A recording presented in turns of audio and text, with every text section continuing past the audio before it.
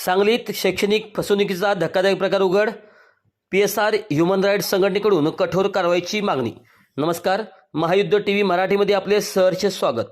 पालकांची परवानगी न घेता विद्यार्थ्यांचा प्रवेश दुसऱ्या कॉलेजमध्ये ट्रान्सफर, फी परत न मिळाल्याने पालकांमध्ये संताप. सांगली जिल्ह्यात शैक्षणिक क्षेत्रातील एक गंभीर आणि धक्कादायक फसवणुकीचा प्रकार उघडकीस आला आहे. या प्रकरणी PSR human rights protection council anti corruption wing या संघटनेच्या वतीने प्रशासनाकडे अधिकृत तक्रार दाखल करण्यात आली असून शिक्षण व्यवस्थेतील त्रुटीवर पुन्हा एकदा प्रश्नचिन्ह निर्माण झाले आहे. तक्रारदार सुधीर तालुरी यांचा बाल्य सुजाल तालुरी यांनी शैक्षणिक वर्ष 2024-25 मध्ये विजयनगर येथील एका नर्सिंग संस्थेत JNM 3 वर्षे कोर्ससाठी प्रवेश घेतला होता. यासाठी सुमारे 70,000 रुपये फी भरून अधिकृत पावतीही देण्यात आली होती.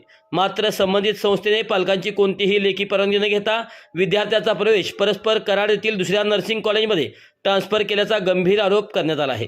या प्रकारामुळे पालकांना मोठा धक्का बसला असून विद्यार्थ्यालाही मानसिक त्रास सहन करावा लागत असल्याचे तक्रारीत नमूद आहे. वर्षभरात योग्य शिक्षण न मिळणे, शिक्षकाकडून दमदाटी तसेच प्रशासनाकडून आरेरावीची वागणूक दिल्याचेही आरोप करण्यात येत आहेत. दरम्यान संबंधित संस्थेकडून फी परत देण्याचे आश्वासन देण्यात आले होते. मात्र अनेक महिने उलटूनही रक्कम परत न मिळाल्याने पालकांमध्ये तीव्र संताप व्यक्त होत आहे. यासोबतच झालेल्या वादातून मारहाणीचा प्रकारही घडल्याचा आरोप समोर येत आहे. या प्रकरणात संघटनेचे भारतीय दंड संहितेतील फसवणूक कलम 420, विश्वासघात कलम 406 तसेच मारहाण व धमकी संदर्भातील विविध कलमांचा उल्लेख करत संबंधितावर कठोर कारवाईची मागणी केली आहे. याशिवाय ग्राहक संरक्षण कायदा आणि नर्सिंग कॉलेजच्या कौन्सिलच्या नियमांचे उल्लंघन झाल्याचेही निवेदनामध्ये नमूद करण्यात आले आहे. संघटनेच्या प्रमुख मागण्या आहेत: प्रकरणाची सखोल चौकशी करण्यात यावी, भरलेली संपूर्ण फी तात्काळ परत मिळावी, पीडित कुटुंबाला नुकसान भरपाई द्यावी, दोषीवर कठोर कायदेशीर कारवाई करण्यात यावी, भविष्यात अशा प्रकारांना आळा घालण्यासाठी ठोस उपाययोजना करण्यात याव्यात. सदर निवेदन जिल्हाधिकारी, पोलीस अधीक्षक तसेच संबंधित विभागाकडे पाठवण्यात आले आहे. हे निवेदन पश्चिम महाराष्ट्र अध्यक्ष सतीश मोटे, सांगली जिल्हा अध्यक्ष देवधर सांगले, सरचिटणीस प्रतीक इंगळे, कोल्हापूर जिल्हा संपर्क प्रमुख जुबेर शेख आणि तक्रारदार यांच्या उपस्थितीत सांगलीच्या उपजिल्हाधिकारी स्नेहल कनिचे मॅडम यांना देण्यात आले. या घटनेमुळे जिल्ह्यातील पालकांमध्ये भीतीचे वातावरण निर्माण झाले असून शिक्षण व्यवस्थेवरील विश्वास डळमळीत होत असल्याची भावना व्यक्त होत आहे. अशाच बातम्यांसाठी आमच्यासोबत कनेक्ट रहा. महायुद्ध TV मराठी चॅनलला लाईक करा, शेअर करा, सबस्क्राईब करा व कमेंट्स करायला मात्र विसरू नका. नमस्कार, माझे नाव सुधीर तालुरी आणि हा माझा पाल्य सुजल तालुरी. सिनर्जी हॉस्पिटलमध्ये आपण JNM नर्सिंगसाठी 3 वर्षासाठी याचं ॲडमिशन केलेलं होतं. खरं 2024 ते 25मध्ये असा अनुभव आला की आम्हाला 10 महिन्यानंतर आम्हाला सिनर्जी हॉस्पिटलकडनं सांगण्यात आले की तुमचं मुलाचं ॲडमिशन आम्ही वासंती माने कॉलेज कराड इथे केलेलं आहे. आणि खरोखरच पालक म्हणूनही आम्हाला धक्कादायकच होतं.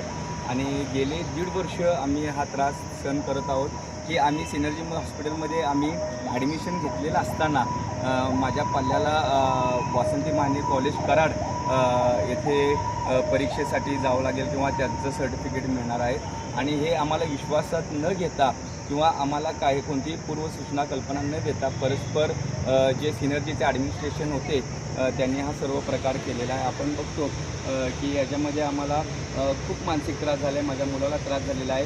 80,000 फी ठरलेली असताना सिनर्जीची आपण 70,000 रुपये त्यांना वेळोवेळी जमा केलेला आहे. आणि त्यातसुद्धा तेथील प्रोफेसर, वर्ग शिक्षक आणि जे क्लार्क आहेत ते मुलांना मानसिक त्रास देत होते. पेमेंटसाठी, फीसाठी वर्गातून मुलांना बाहेर काढणे, व्यवस्थित न शिकवणे. तसंच या 1.5 वर्षामध्ये असा अनुभव घेतला एक पालक म्हणून आम्ही की एक पण पेरेंट्स मीटिंग किंवा पालक मीटिंग त्यांनी घेतलेली नाही आहे.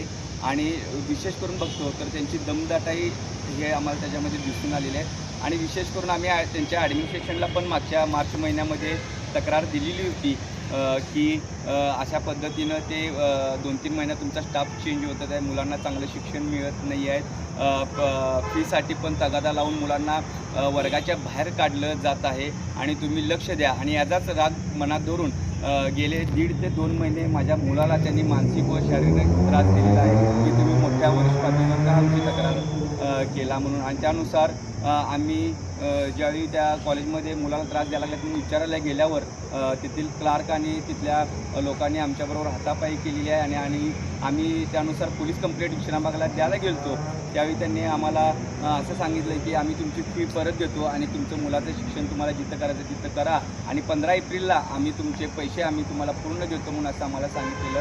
आणि त्यानुसार आम्ही 16-17 तारखेला त्यांना फोन केला असता तर आम्ही तुम्हाला पैसे देऊ शकणार नाही, तुम्हाला काही करायचं आहे ते करा, या पद्धतीनं त्यांचं बोलणं आमच्याशी आलं. वास्तविक बघता तर माझ्या मुलाचं सिनर्जी हॉस्पिटलमध्ये ॲडमिशन असताना वासंती माने कॉलेजमध्ये त्यांनी ॲडमिशन केलं. 1.5 वर्ष हा मानसिक व शारीरिक त्रास आम्ही झेलत आहोत आणि विशेष करून या सर्वातून मार्ग मिळण्यासाठी मग आम्ही PSR आपले ह्युमन राईट्स प्रोटेक्शन कौन्सिल जे जिल्हाध्यक्ष आहेत देवधर सांगले यांच्यामार्फत आम्ही आज निवासी जिल्हाधिकारी आपल्या कनीचे मॅडम जे डॉक्टर स्नेहल कनीचे मॅडम आहेत त्यांच्याकडं अर्ज दिलेला आहे. आणि खरोखरच आज माझ्या बाबतीत पालक म्हणून जे घडलेलं आहे ते इतरांबाबतीत घडू नये, योग्य तो न्याय आम्हाला मिळावा. कारण मुलाचं शिक्षण आहे, 1.5 वर्ष मुलाचं नुकसान झालेलं आहे, फी पण भरलेली आहे आपण 80,000पैकी 70,000. आणि या सर्व गोष्टीत योग्य ती कारवाई सिनर्जी हॉस्पिटल आणि जे काही त्यांचे प्रोफेसर आहेत, वर्ग शिक्षक आहेत, क्लार्क आहेत, इथपर्यंत आहे की माझ्या मुलाला मारहाण पण झालेली आहे आणि हातापायी पण झालेली आहे आणि त्याच्यात योग्य ती कारवाई करून आपण मला न्याय मिळवून द्यावा. आणि मी ह्युमन राईट्स आपण जे कौन्सिल आहे त्या सर्व पदाधिकाऱ्यांचे जिल्हाध्यक्ष देवधर सांगले साहेब यांचे आभार मानतो की त्यांनी आम्हाला सपोर्ट केला आणि या सर्व गोष्टीत जो काय आम्हाला मानसिक आणि शारीरिक त्रास झालेला आहे हे त्यांनी स्वतः बघितलेलं आहे. त्यांना आपण सगळं अर्जासोबत आपले भरलेल्या फीचे पावत्या पण आपण दिलेले आहेत आणि योग्य ती कारवाई इथून होईल आणि आम्हाला न्याय मिळेल अशी आशा करतो.